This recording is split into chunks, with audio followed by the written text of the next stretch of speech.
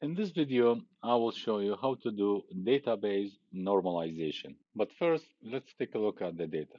Let me open the sheet again. So if you look at the length, width, and the height column, they contain numbers, different numbers, but we cannot use it in our statistical analysis.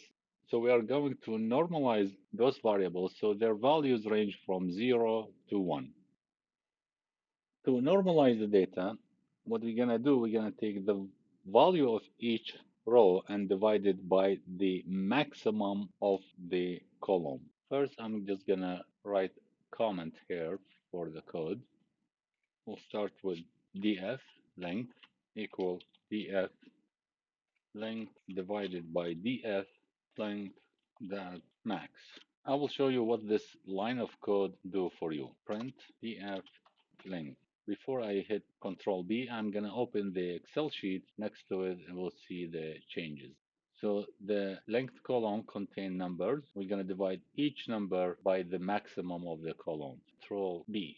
And if you see here that we divide each value by the length by the maximum and we get the value between 0 and 1.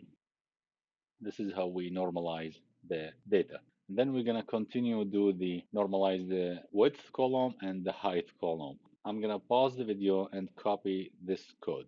Here we go. So we divide each value in the column by the maximum of the column itself.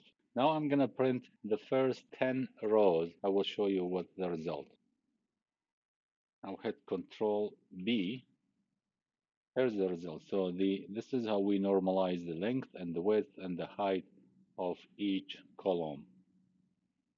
Next video, I will show you how to do histogram chart.